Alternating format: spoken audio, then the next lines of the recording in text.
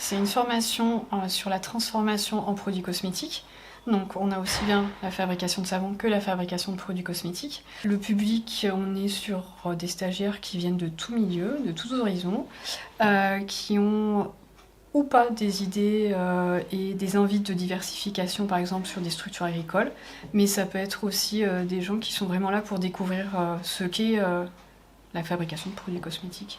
C'est quand même encore une niche, même si c'est de plus en plus à la mode et même si on en voit de plus en plus. Et voilà, c'est une diversification un peu différente qui peut être ouverte à tout type d'agriculteurs finalement.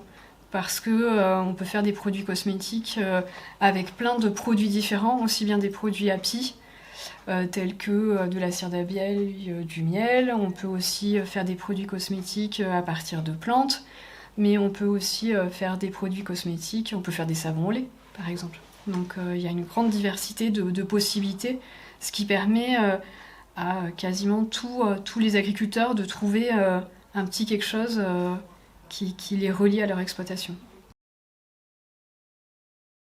Moi c'est Floriane, donc en fait jusqu'à maintenant, d'ailleurs je continue toujours, mais donc je suis chercheuse en écologie de base et du coup je suis installée en tant que paysanne depuis 1 an, moi, avec mon conjoint qui lui est installé depuis 3 ans, et on s'est installé du coup en chèvre laitière, donc on a une race rustique, la Massif Centrale, donc on fait du lait et des fromages, et en fait on a 2 petits ateliers de diversification, c'est important la diversification.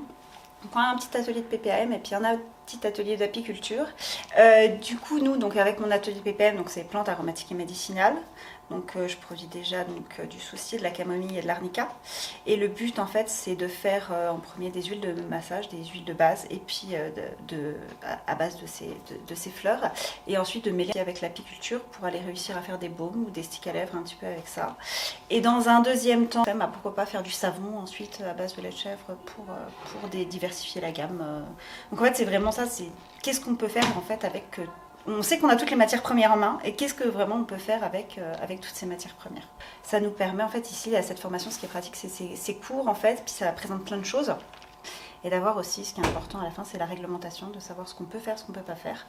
Et donc c'est toutes ces choses-là qui m'intéressaient ici et de savoir un petit peu comment diversifier ma gamme après à la suite de la formation. Je m'appelle Hélène, j'ai 41 ans et je viens de Bourgogne-Franche-Comté pour faire cette formation. Je suis actuellement en reconversion professionnelle. J'ai terminé un métier de salarié en qualité de responsable des ressources humaines dans une grande entreprise qui distribue des lettres. Et j'avais envie de faire quelque chose de mes mains et vraiment de trouver une autre voie. Donc le but pour moi cette année 2026, ça va être de créer une savonnerie artisanale. Et pour appuyer le projet et puis me conforter dans mes préparations, puisque j'ai découvert la saponification à froid il y a quelques temps en Savoie lors d'une formation, j'avais envie d'intégrer cette formation pour pouvoir apprendre d'autres façons de travailler, voir les règles de cosmétique, bien sûr, les règles de mise sur le marché, et puis encore pouvoir pratiquer en groupe pour en connaître un petit peu plus sur tout ce qui va être fleurs, feuilles, cueillettes bien sûr, et puis pourquoi pas aussi intégrer des choses d'origine animale ou paysanne dans mes fabrications. Et puis au-delà du savon, j'ai découvert dans cette formation qu'on pouvait voir tout ce qui était baume, crème, gel. Donc je vais m'essayer à la fabrication de tous ces produits avec l'aide de Carole.